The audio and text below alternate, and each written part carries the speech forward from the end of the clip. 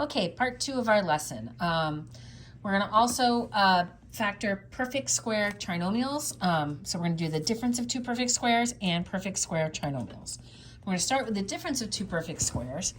And as you can see, both x squared and 81, there we go, are perfect squares. So again, we're going to have two binomials. The square root of x squared is x.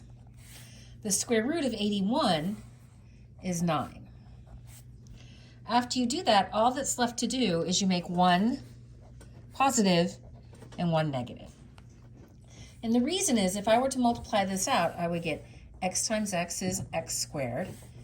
X times negative 9 is negative 9x. Positive 9 times x is positive 9x. And positive 9 times negative 9 is negative 81.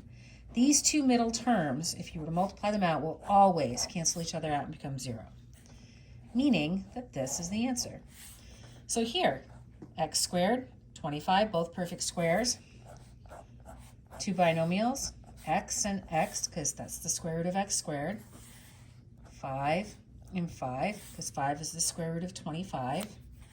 One positive, one negative. It doesn't really matter which one is which, as long as you make one positive and one negative. X squared minus 1, again. X, square root of 1, 1, 1, positive, negative. Yay, easy peasy. Last one. X, 8, 8. Negative, positive, because it doesn't matter what order you put them in. And we're done with the difference of two perfect squares. The last one is perfect square trinomials, okay? Now that's a little more centered.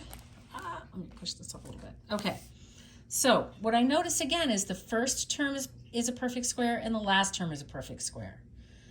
So I'm going to have x. Now these are both positive, so these are both positive.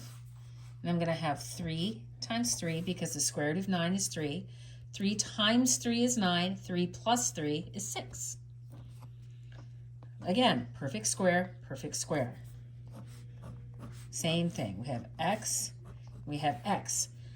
This time though, since our middle term is negative, these are both negative because a negative times a negative is positive, but a negative plus a negative is negative.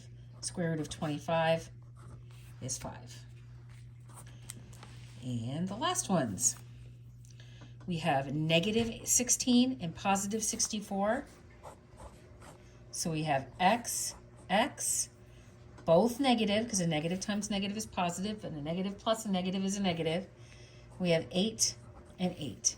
8 times 8 is 64. Negative 8 plus negative 8 is negative 16. And last but not least, x, both positive, so these are both positive. And 2 times 2, because a perfect square, is 4, and 2 plus 2 is also 4. So those are easy ones, and those are some little shortcuts for those particular types of problems. All right, so good luck, and email me if you need some help.